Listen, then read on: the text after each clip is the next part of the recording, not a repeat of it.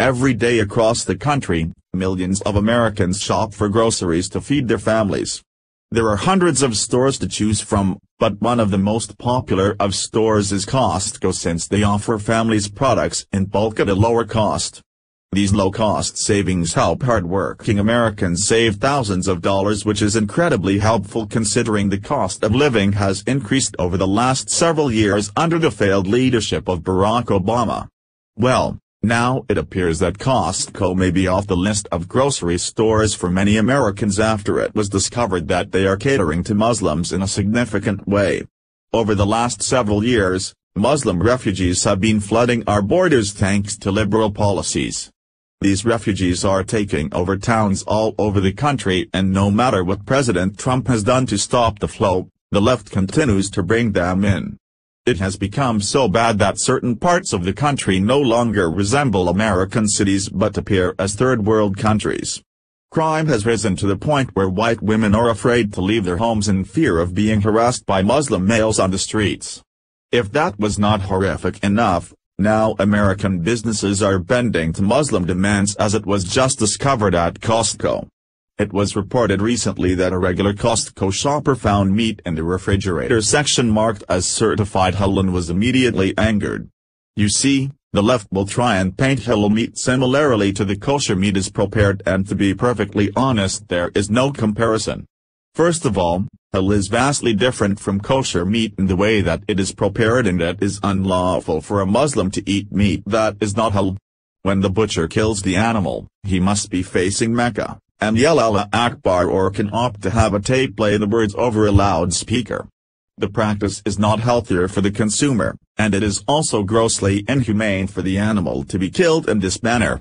Now, while there may be people who dispute this claim, it does not seem hard to believe after it was discovered that many food companies are bending to Islamic groups.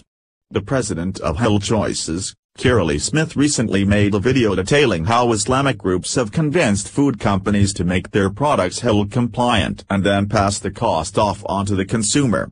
While that information is chilling in itself, what is even more frightening is that there are a multitude of other companies in bed with this insidious plot. Here is more from Bare Naked Islam, _ in October 2010, news broke about how the Campbell's Soup Company received an Islamic halal certification for some of its product line, and many were outraged.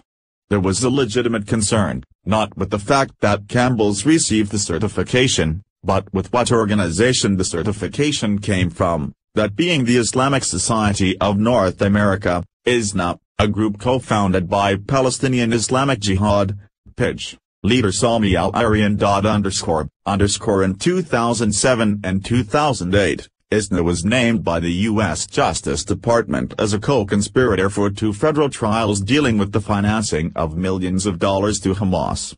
The defendants of the trials were the leaders of the Holy Land Foundation for Relief and Development, HLF, and HLF itself.